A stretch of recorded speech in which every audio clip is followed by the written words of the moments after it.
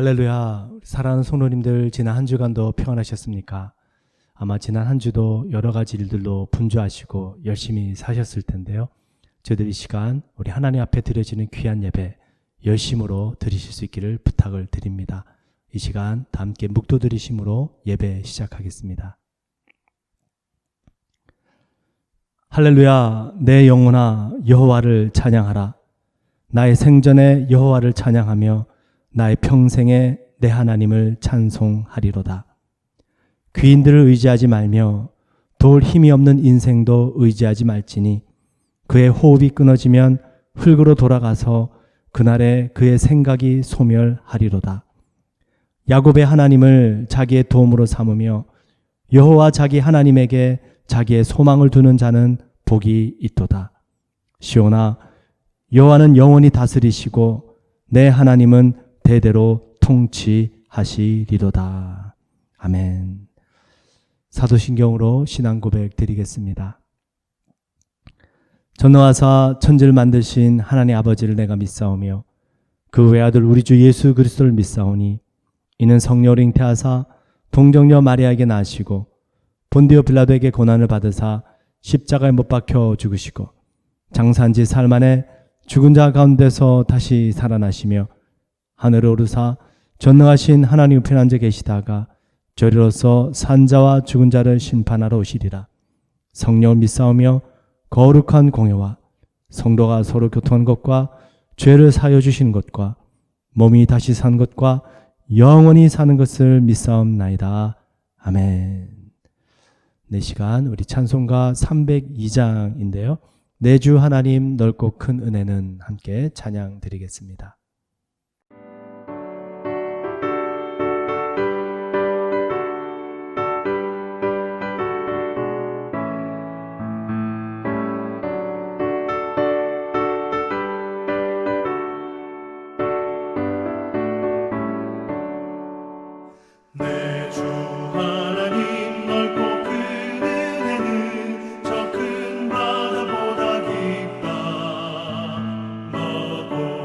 주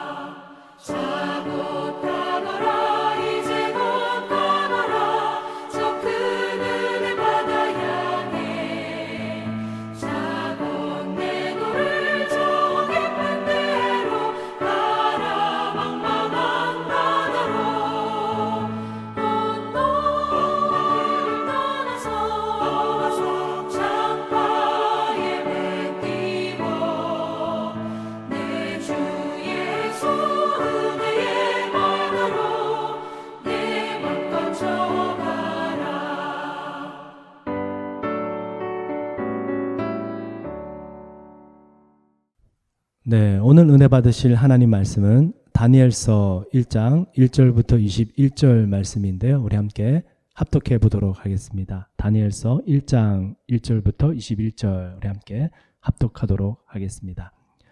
유다 왕 여호야김이 다스린 지 3년이 되는 해에 바벨론 왕 느부갓네살이 예루살렘에 이르러 성을 에워쌌더니 주께서 유다 왕 여호야김과 하나님의 전 그릇 얼마를 그의 손에 넘기심에 그가 그것을 가지고 신할 땅 자기 신들의 신전에 가져다가 그 신들의 보물 창고에 두었더라.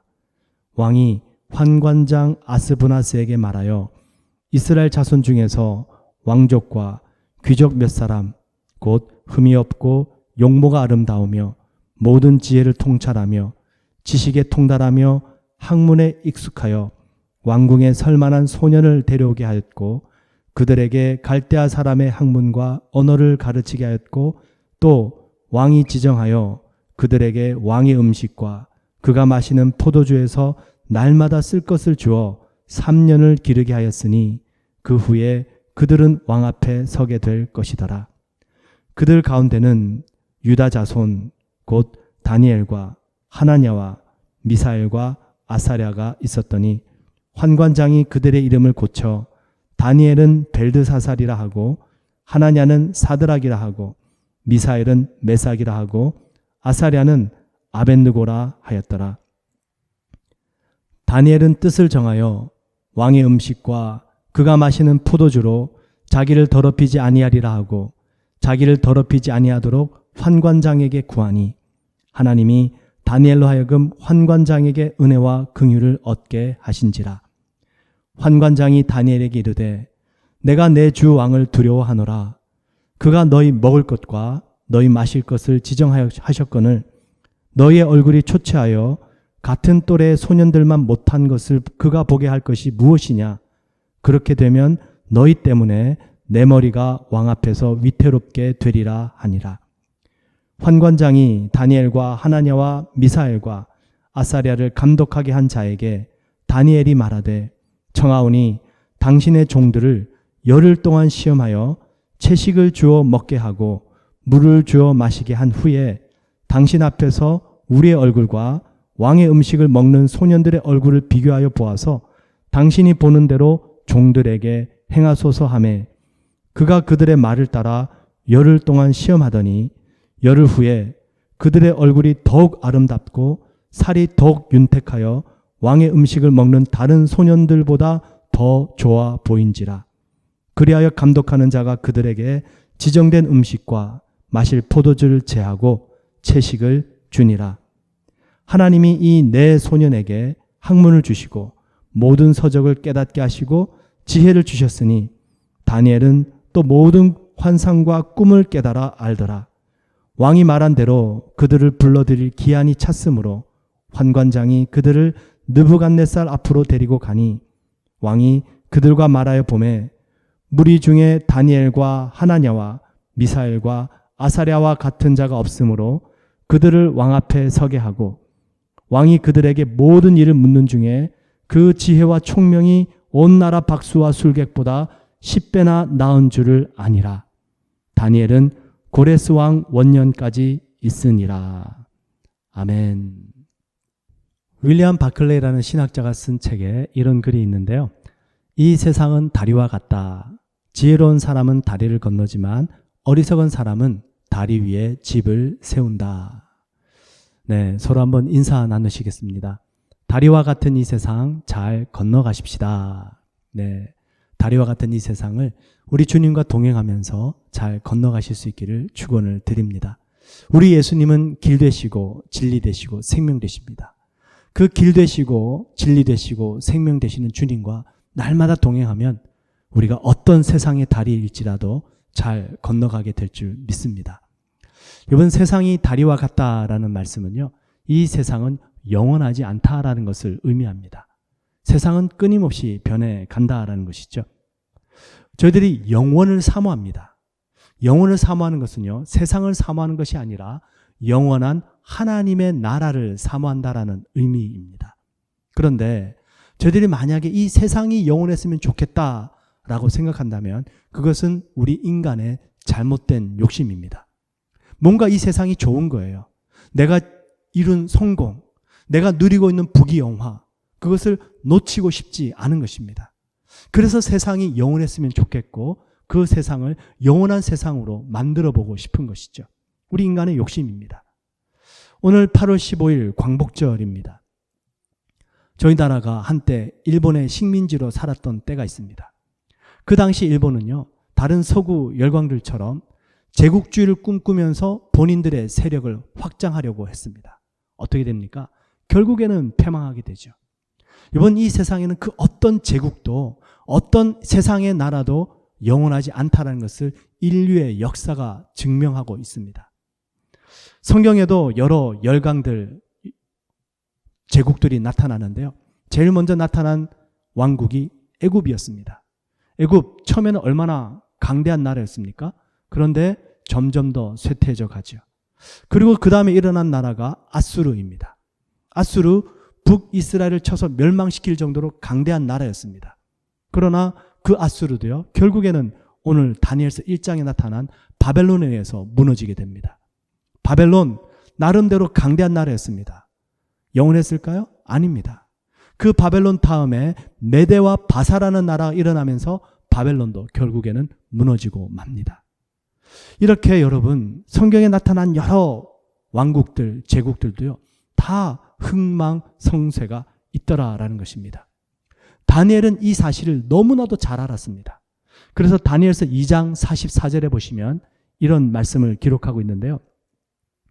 이 여러 왕들의 시대에 하늘의 하나님이 한 나라를 세우시리니 이것은 영원히 망하지도 아니할 것이요 그 국권이 다른 백성에게로 돌아가지도 아니할 것이요 도리어 이 모든 나라를 쳐서 멸망시키고 영원히 설 것이니라.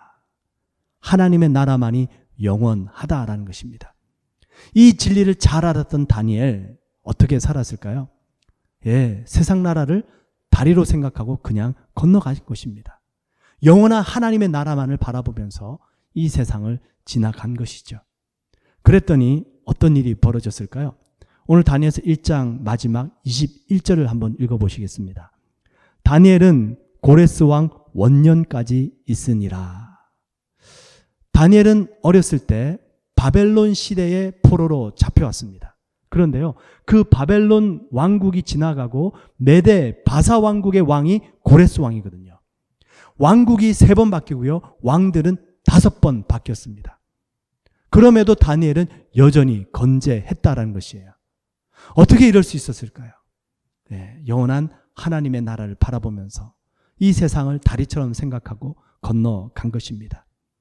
좀 더 구체적으로 오늘 다니엘서 1장 말씀을 통해서 다니엘이 어떻게 이 세상 나라를 지나가면서 하나님의 영원한 나라를 바라보고 정말 변해가는 이 세상 속에서 건재할 수 있었는지 그 비결을 함께 찾아보기 원합니다. 첫 번째인데요. 한번 1절과 2절 말씀을 다시 한번 읽어보십시다.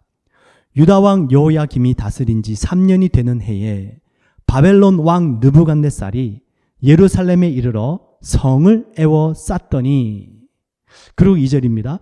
주께서 유다왕 여호야김과 하나님의 전 그릇 얼마를 그의 손에 넘기심에 그가 그것을 가지고 신할 땅 자기 신들의 신전에 가져다가 그 신들의 보물 창고에 두었더라. 여러분, 1절과 2절의 차이를 아시겠습니까? 1절은 역사적 사실이에요. 현실입니다. 그 강대한 바벨론이 지금 우리 예루살렘 성을 공격해 와서 에워쌌습니다. 현실입니다.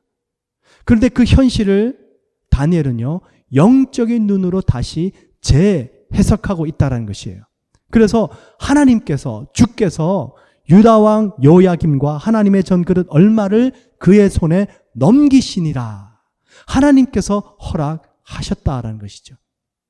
여러분, 그 어떤 강대한 나라가 공격해 올지라도요, 하나님께서 허락하지 않으셨다면 결코 그 어떤 것도 빼앗기지 않았을 텐데,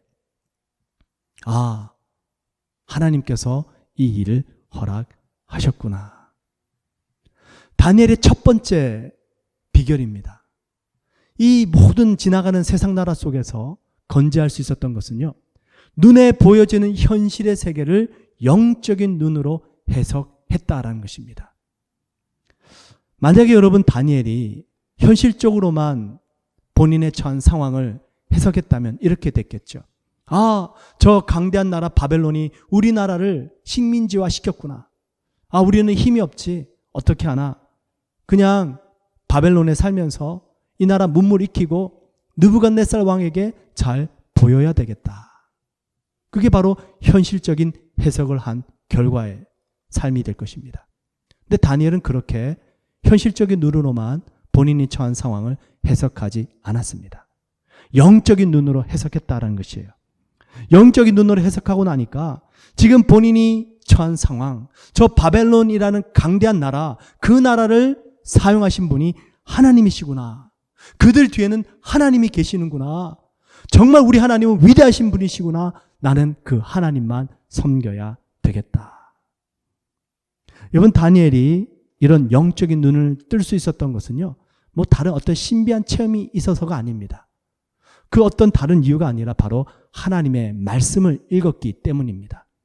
다니엘서 9장에 보시면 다니엘은요, 예레미야 선지자의 글을 읽었다라고 기록하고 있어요. 다니엘서 9장 1절 2절인데요. 메대 족속 아수에로의 아들 다리오가 갈대아 나라 왕으로 세움을 받던 첫 해, 곧 그 통치 원년에 나 다니엘이 책을 통해 여호와께서 말씀으로 선지자 예레미야에게 알려주신 그 연수를 깨달았나니 곧 예루살렘의 황폐함이 70년 만에 그치리라 하신 것이니라. 말씀을 읽다가 아, 우리의 이 포로의 생활이 70년 만에 끝나겠구나. 그걸 깨달은 겁니다. 현실을 하나님의 말씀을 통해서 영적으로 다시 재해석할 수 있었던 것이죠. 예레미야 선지자보다 앞서 살았던 선지자가 있는데요. 바로 이사야 선지자입니다. 그 이사야 선지자도 글을 기록했습니다. 이사야 선지자 39장에 기록된 말씀인데요. 앞으로 있을 일을 기록해 놓고 있고요. 그 일들이 바로 다니엘 시대에 성취가 됩니다. 잠깐 들어보십시오. 이사야서 39장인데요.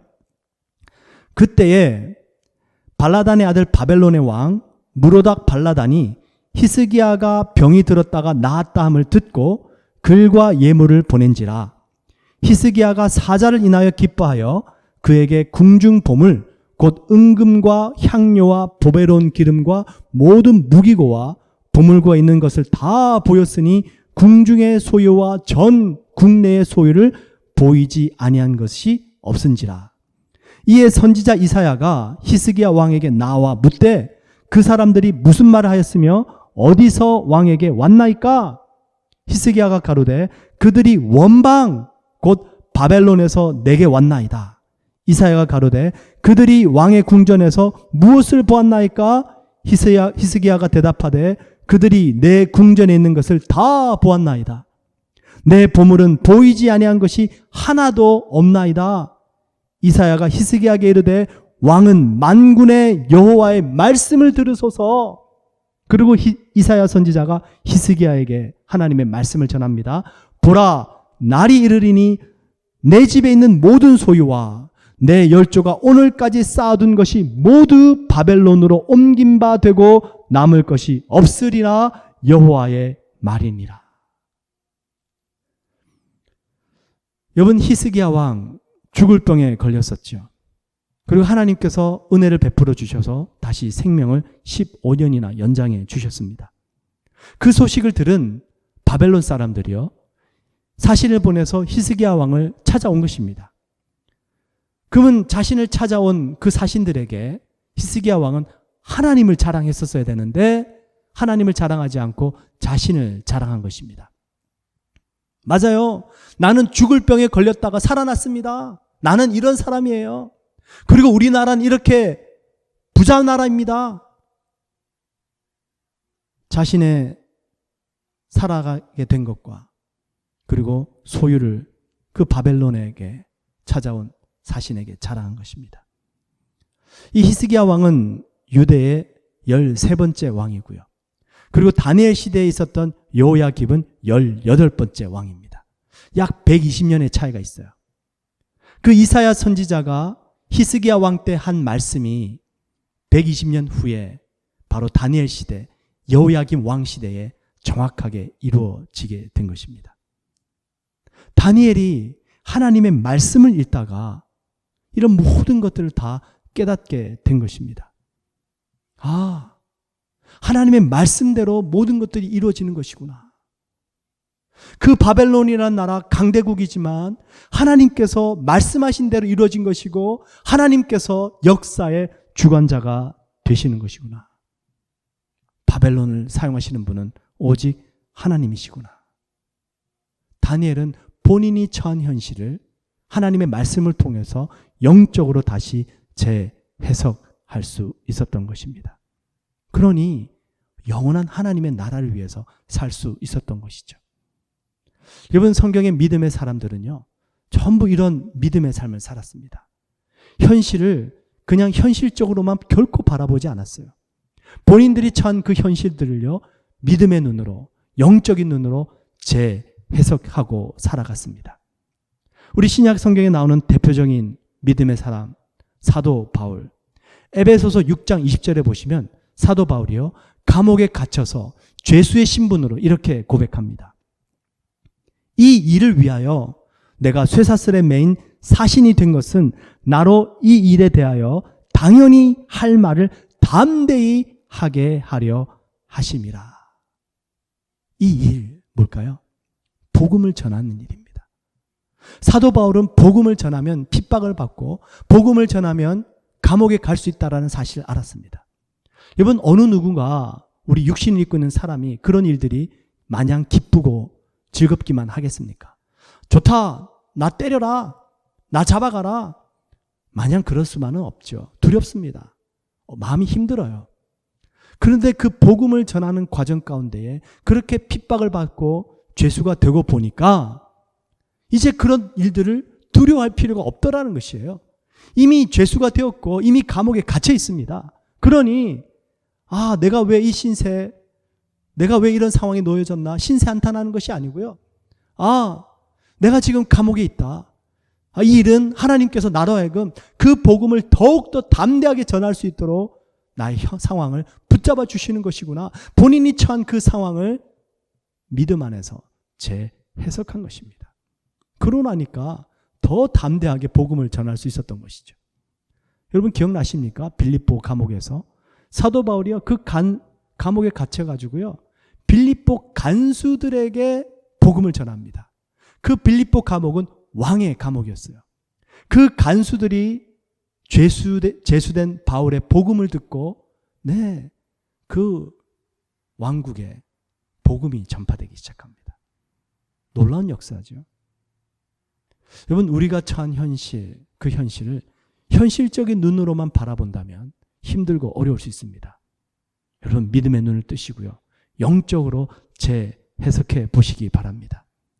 얼마 전에 한국의 뉴스를 보니까요, 한국에서 어떤 나라 대사관 부인이 갑질을 해서 소동이 벌어졌더라고요. 그 짤막한 CCTV에 찍힌 영상이 보여지는데요, 뉴스에. 그 대사관 부인이 그냥 한국 가게에 가서 한국인 점원을 그냥 막 이렇게 뺨을 때리고 폭행을 하는 장면이 포착이 됐습니다. 어떤 불쾌한 일이 있었는지 모르겠지만, 그런 일은 해서는 안 되죠. 그리고 더군다나 다른 나라에 자신의 나라를 대표해서 대사관 부인으로 지금 살고 있는 상황입니다. 여러분, 정말로 내가 우리나라의 대사관으로 이 땅에 살고 있다는 생각을 한다면 그런 행동을 할 수 있었을까요? 결국에는 소환돼서 자기 나라로 다시 돌아갔더라고요. 여러분, 하나님께서 저희를 이 땅으로 보내주셨습니다. 그것이 바로 영적으로 우리의 삶을 바라보는 관점이 되어야 됩니다.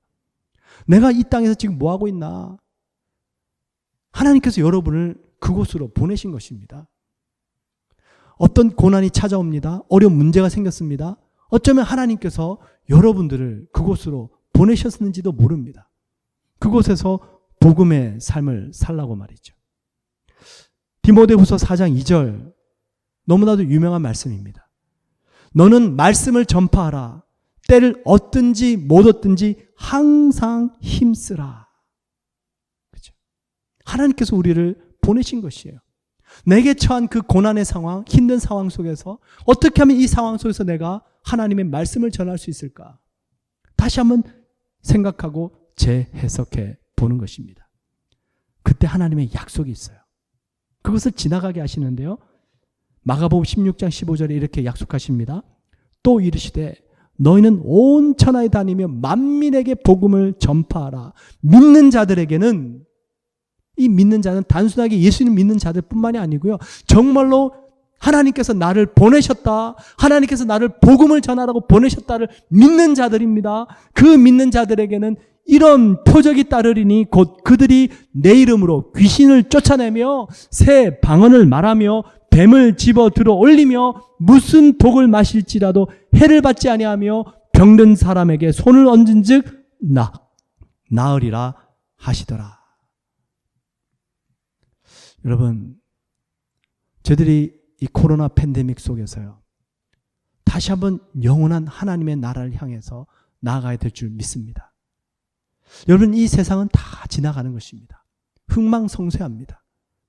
영원한 것은 하나님의 나라이고요, 영원한 것은 복음입니다. 내가 때를 얻든지 못 얻든지 바로 이 복음을 위해서 살아야 되는 것이구나. 내가 왜 이런 고난 속에 있는가? 어쩌면 이 상황 속에서 하나님께서 하나님의 말씀을 증거하게 하시고 하나님의 나라를 선포할 수 있도록 나를 보내셨는지도 모르겠구나. 담대하자. 이것을 믿으면 하나님께서 놀라운 축복으로 붙잡아 주신다고 분명히 약속하고 있습니다. 여러분, 이 세상 나라, 우리가 처해 있는 환경들 다리로 생각하시고요, 복음을 위해서 하나님의 말씀을 부여잡고 영원한 하나님을 나라를 향하여 건너가실 수 있기를 축원을 드립니다. 다니엘이 자신이 처한 그 현실을 말씀을 근거로 영적으로 재해석하고 나니까 하나님을 위해서 살 수 있게 된 것이죠.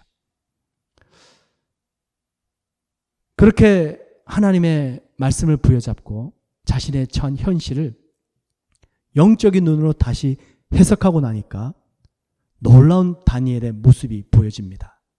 8절과 9절 말씀인데요. 한번 같이 또 읽어보겠습니다. 다니엘은 뜻을 정하여 왕의 음식과 그가 마시는 포도주로 자기를 더럽히지 아니하리라 하고 자기를 더럽히지 아니하도록 환관장에게 구하니 하나님이 다니엘로 하여금 환관장에게 은혜와 긍휼을 얻게 하신지라. 뜻을 정했다고 합니다. 내가 하나님을 위해서 살아야 되겠다. 그 하나님을 위해서 살아야 되는 나는 결코 나를 더럽힐 수 없다. 그리고 그 뜻을 정하고 이방 나라의 음식들을 먹지 않았다라는 것입니다.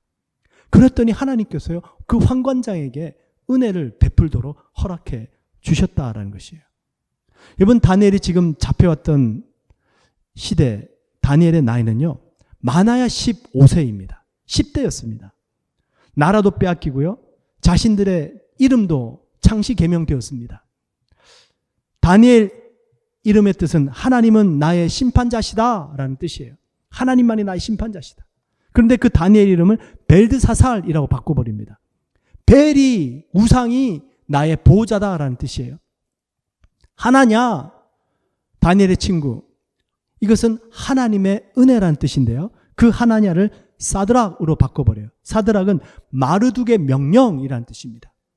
미사엘, 누가 하나님과 같은가? 그 미사엘이라는 이름을 메삭, 아쿠아와 같은 신이 누군가? 우상의 이름으로 바꿔버렸어요.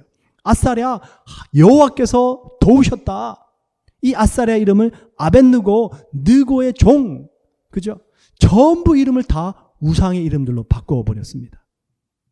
얼마나 치욕스러웠을까요? 나라가 빼앗겼습니다. 이름을 창시 개명 당했습니다. 여러분, 다니엘이 이렇게 생각할 수도 있었을 겁니다. 그 어린 나이에 내가 왜 이렇게 바벨론의 포로로 잡혀왔는가? 내가 무엇을 잘못했는가? 내가 이렇게 포로로 잡혀와서 창시 개명 당하고 그리고 이런 다른 나라의 포로의 삶을 사는 것, 이왕 이렇게 된 거, 그래, 그냥 이 나라에 살면서 주는 대로 먹고 시키는 대로 하자. 얼마든지 그렇게 생각할 수 있었던 것이죠. 근데 다니엘은 그렇게 생각하지 않았습니다. 비록 우리나라는 망했고 나는 포로로 잡혀왔고 나의 이름은 비록 창시 계명을 당했지만 이 모든 역사를 주관하시는 분은 하나님이시다. 그 현실을 영적으로 해석하고 나니까 하나님을 위해서 내가 그러면 무엇을 할 수 있을까? 내가 할 수 있는 일 아주 작지만 그 작은 일이라도 한번 해보자.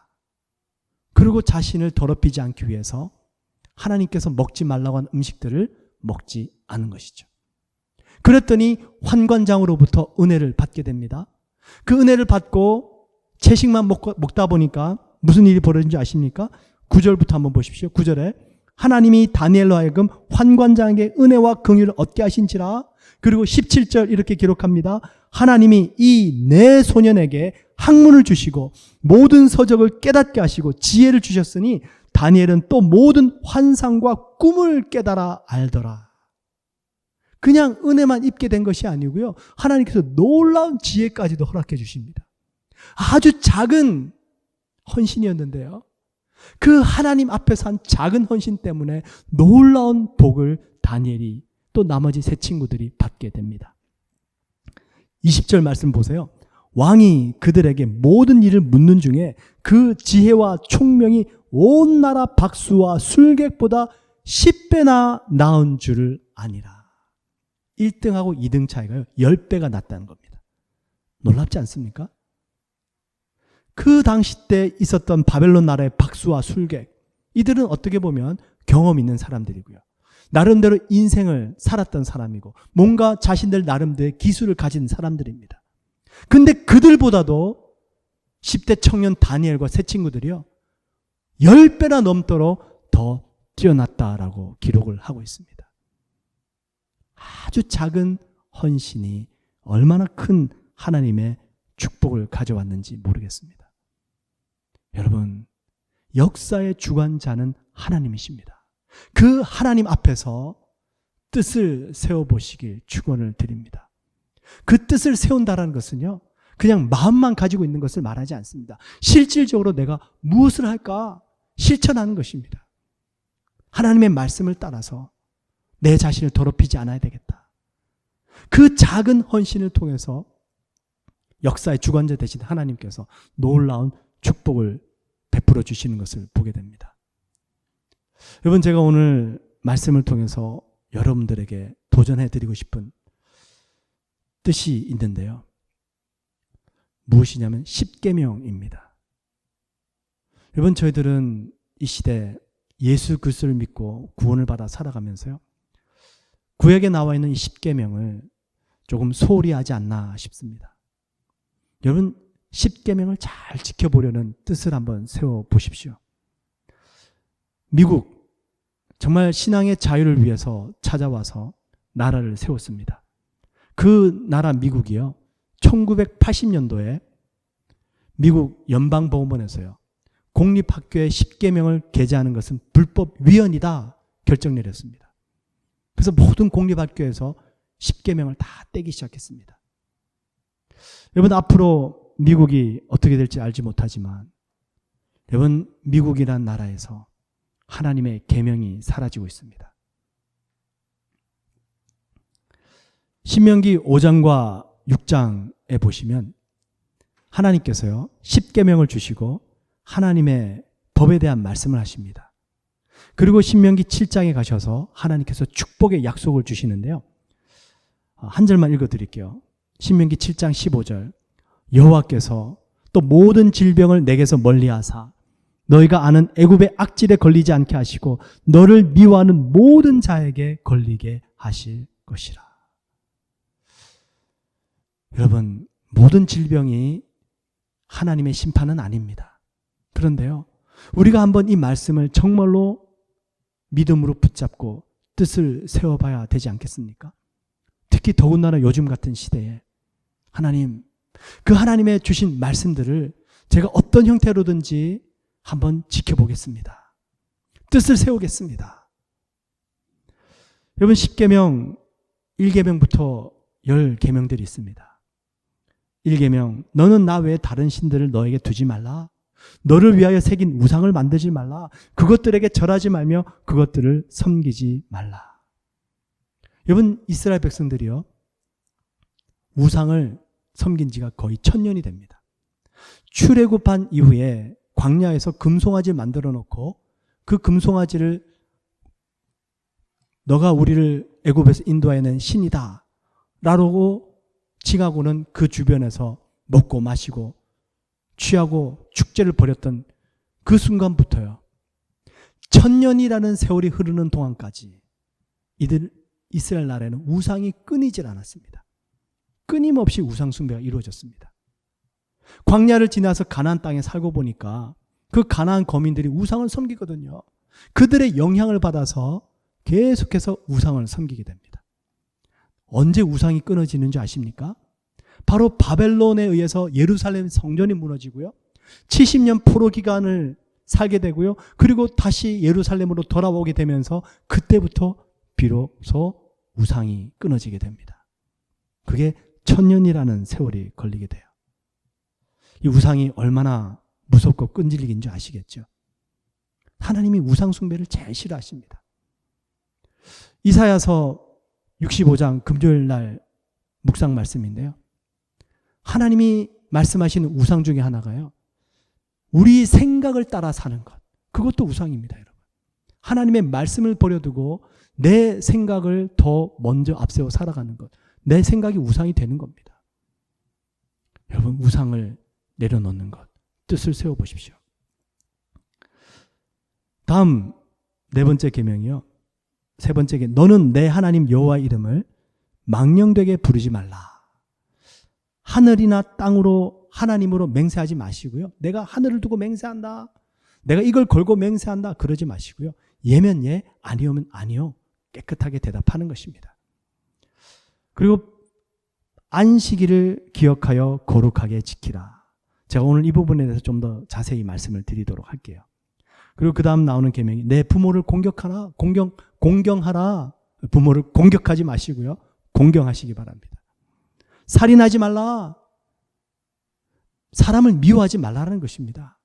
예수님께서 말씀하시죠. 우리가 미워하는 순간 이미 살인하였다 말씀하시니까요, 뜻을 세워서 내 안에 있는 미움, 하나님, 영원한 하나님의 나라를 바라보면서 이 세상 나라 지나가는 동안에 이 미움 다 버려버리겠습니다.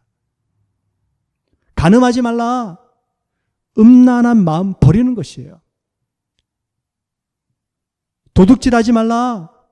물질에 대해서 정직하게 생활하는 것입니다. 가이사의 것은 가이사에게, 하나님의 것은 하나님에게, 또 베풀 것은 베풀고, 내가 취할 것은 정당하게 취하고, 이웃에 대하여 거짓 증거하지 마라. 여러분, 험담하지 말라라는 뜻이에요. 여러분, 우리가 그 사람에 대해서 다 압니까? 모릅니다. 그죠? 100% 몰라요. 그러면 함부로 말하면 안 되겠죠. 거짓 증거, 나는 다 알아. 다 모르면서 하는 말이 잘못된 말이 될 수 있다는 것입니다. 마지막 10번째, 내 이웃의 집을 탐내지 말라. 탐심, 비교의식에서 오잖아요. 아, 저 사람 나보다 잘 나가네. 아, 부럽다.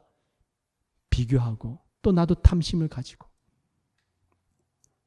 여러분, 이 10가지의 계명들을요, 이번 한 주간 또 우리의 남은 여생 동안에 다시 한번 차근차근 읽어보면서요, 뜻을 세워서 한번 지켜보기를 원합니다. 오늘 제가 간단하게 안식일에 대해서 말씀을 좀 드리고 싶은데요, 안식일을 기억하여 거룩하게 지키라. 어떤 사정이 생겨서 주일 예배 한두 번 빠진 거, 이걸 지금 말씀하고 있는 게 아닙니다. 안식일을 거룩하게 지키라. 여러분, 이 안식일은 누구를 위한 계명일까요? 하나님을 위한 계명일까요? 아니면 우리를 위한 계명일까요?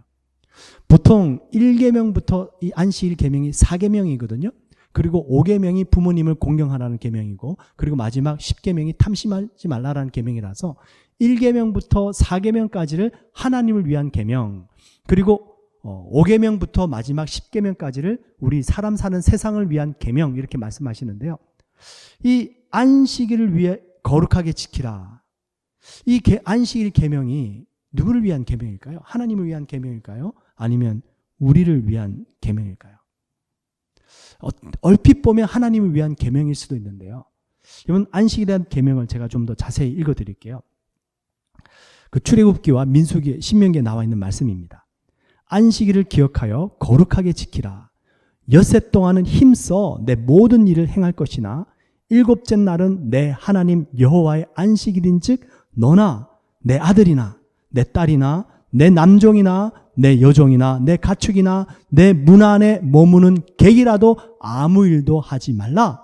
이는 엿새 동안에 나 여호와가 하늘과 땅과 바다와 그 가운데 모든 것을 만들고 일곱째 날에 쉬었음이라. 그러므로 나 여호와가 안식일을 복되게 하여 그날을 거룩하게 하였느니라. 여러분, 우리 사람은 거룩하지 않습니다. 우리 사람은 하나님께 불순종하여서요, 축복의 통로에 된 삶을 살아야 되는데 그렇지 못해요. 그런데요, 하나님께서 그 안식일을 거룩하게 하시고 안식일을 복되게 하셨다고 말씀하십니다. 그렇다면 그 안식일을 지키는 사람을 하나님이 거룩하게 하시고 복되게 하신다라는 것이죠.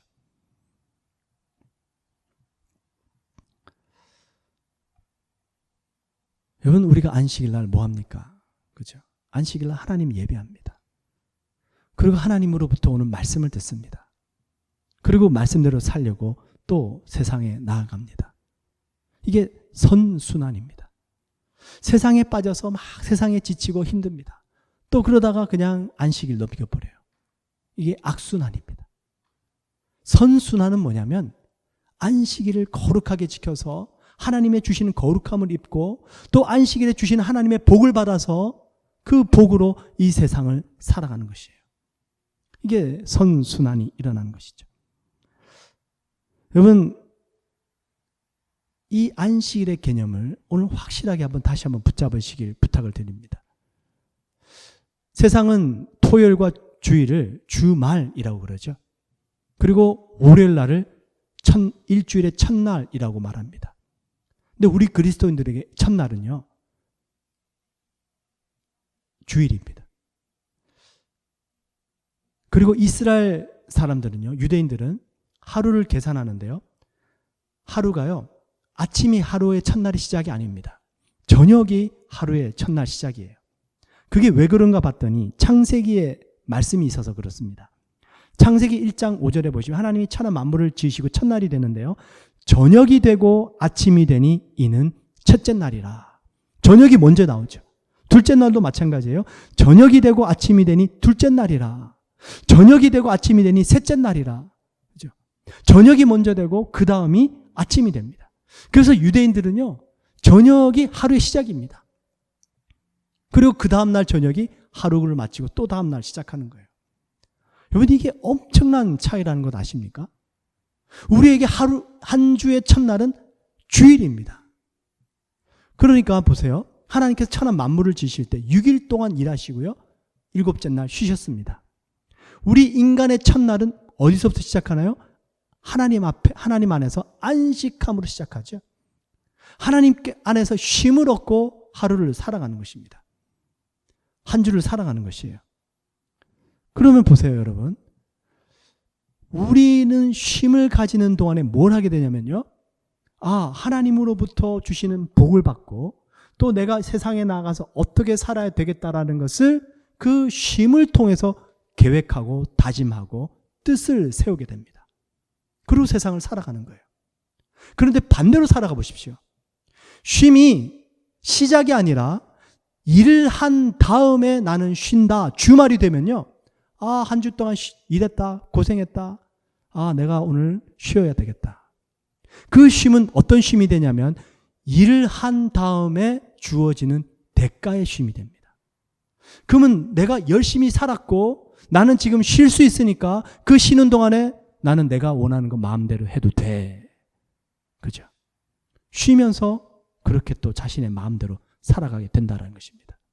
그런데요, 그 쉼이 먼저가 되면 그 쉼을 통해서 하나님의 말씀을 듣고 하나님 안에서 뜻을 세우고 계획을 세워서 세상을 살아가게 된다는 것이죠. 여러분, 다니엘은요, 말씀을 통해서 자신의 주어진 현실을 재해석했습니다.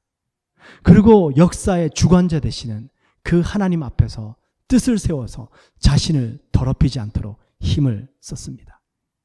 그랬더니 하나님께서 놀라운 축복을 주시는 것을 저희들이 보게 됩니다. 여러분, 아주 작은 일입니다. 우리가 안식일을 거룩하게 지킨다라는 것, 물론 저희들이 주일 예배 성수해야 되겠죠. 근데 그것보다 더 중요한 것은요, 우리의 개념입니다. 이 한 주의 첫날을 무엇으로 생각하는가? 하루의 첫날을 우리가 어디로부터 시작하는가? 아, 그렇구나. 우리의 삶이 주님 안에서 안식하고 주님 안에서 주님의 말씀을 통해서 뜻을 세워서 시작하는 것이구나.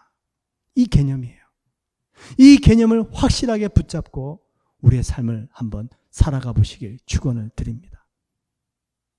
이 작은 일들이 하나님 앞에서 놀라운 축복을 가져다 주는 통로가 될 줄 믿습니다. 여러분, 환경이 중요한 게 아닙니다. 사사시대에 이스라엘 백성들은요, 젖과 꿀이 흐르는 땅에 살고 있었습니다.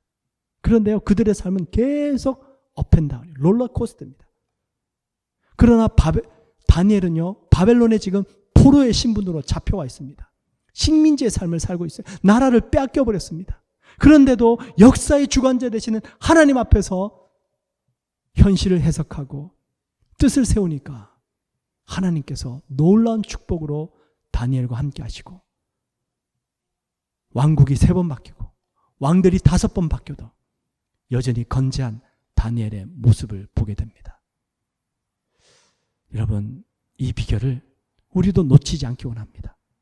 이 시대 우리의 처한 현실들을 영적인 눈으로 하나님의 말씀을 근거로 재해석해 보시고요, 복음의 관점으로 하나님께서 나를 보내셨다 믿고 한번 주님 앞에서 구해 보시고요, 그 지혜를 얻어서 뜻을 세우고 하나님의 영원한 나라를 위해서 이 세상 나라를 잘 지나가실 수 있기를 축원을 드립니다. 하나님 감사합니다. 우리가 욕심을 낸다고 얻을 수 있는 것도 아니고, 우리가 힘을 쓴다고 영원히 취할 수 있는 것도 아닙니다. 하나님께서 허락하시지 않는다면 우리는 그 어떤 것도 취할 수도 없고, 우리는 그 어떤 것도 누릴 수 없습니다. 오늘 다니엘서 말씀을 통해서 그 위대한 바벨론 나라를 주관하시는 분이 우리 하나님이신 것을 다시 한번 확인하게 됩니다. 오직 우리 하나님의 나라만 영원한 것이며 우리 하나님이 바로 이 세상 역사의 주관자가 되십니다. 우리가 그 하나님 앞에서 우리에게 주어진 현실을 영적으로 믿음으로 다시 한번 재해석할 수 있는 지혜를 허락하여 주시옵시고, 그 하나님 앞에서 뜻을 세워 영원한 주님의 나라를 위하여 나아가는 저희들의 삶이 될 수 있도록 축복하여 주시옵소서. 우리 주 예수 그리스도를 받들어 간절히 기도드리옵나이다. 아멘.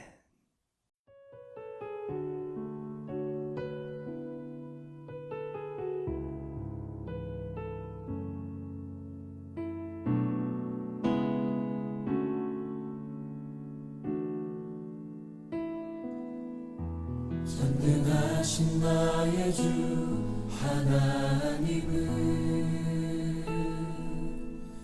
능치 못하실 일 전혀 없네.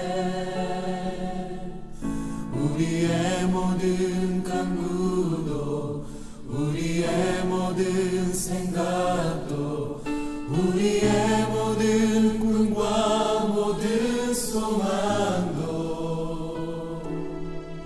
신실하신 나의 주 하나님은 우리의 모든 괴로움 바꿀 수 있네.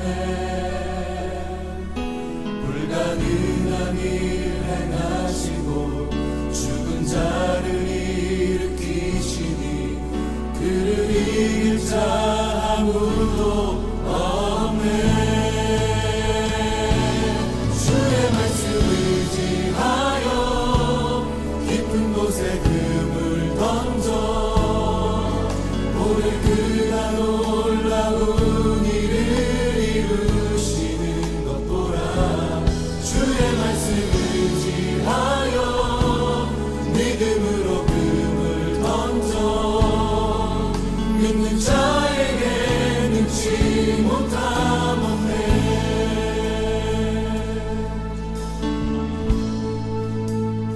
전능하신 나의 주 전능하신 나의 주 하나님은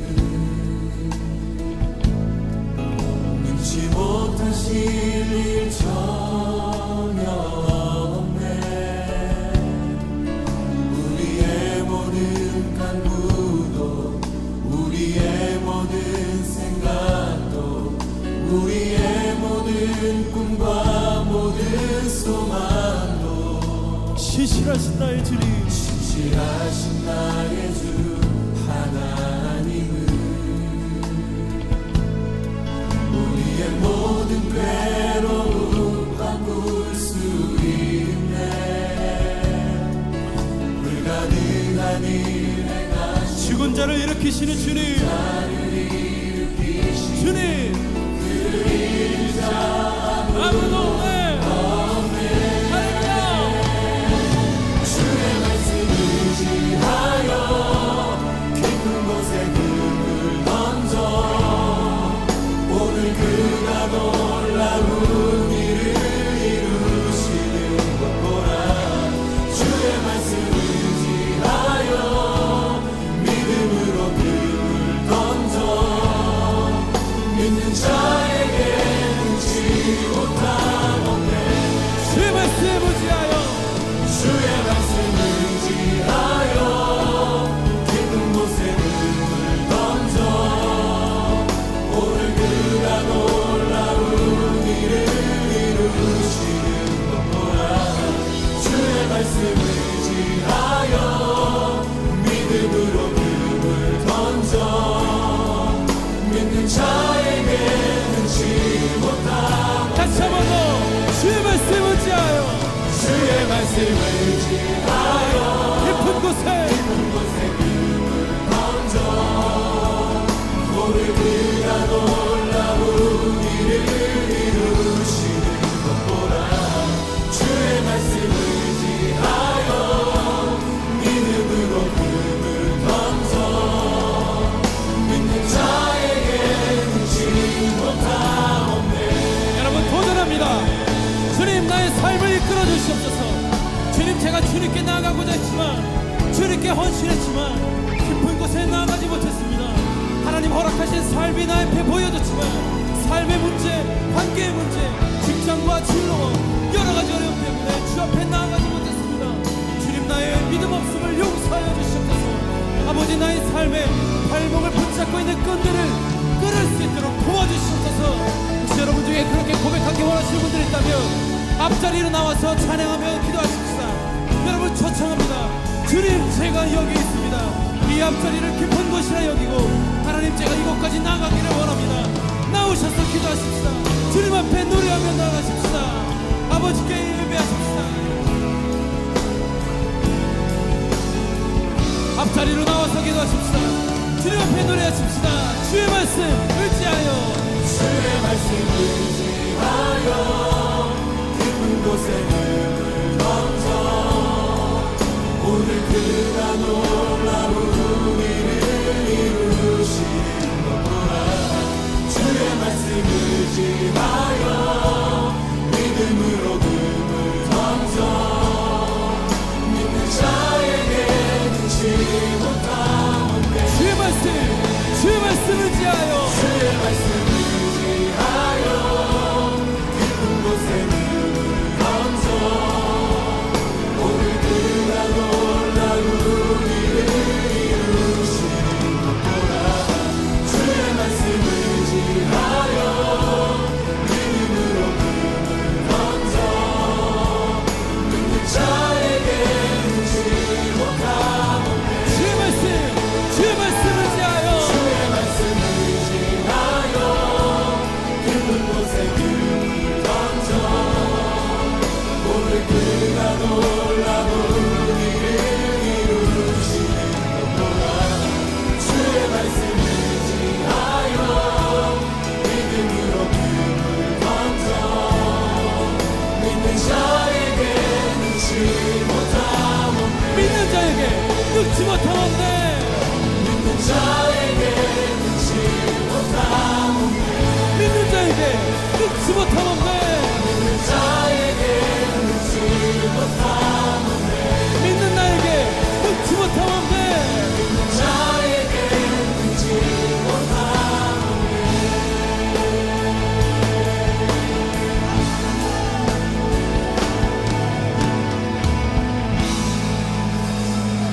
아버지 찬양합니다. 아버지 사랑합니다. 아버지 영광합니다. 축도 드리겠습니다. 이제는 우리 주 예수 그리스도의 무한하신 은혜와 우리 하나님 아버지의 극진하신 사랑하심과 성령님의 내주하시고 교통하시고 충만케 하시는 귀한 역사가 우리 모든 성도님들의 삶과 가정과 행사 위에 이제부터 영원토록 넘치시기를 간절히 축원드리옵나이다. 아멘.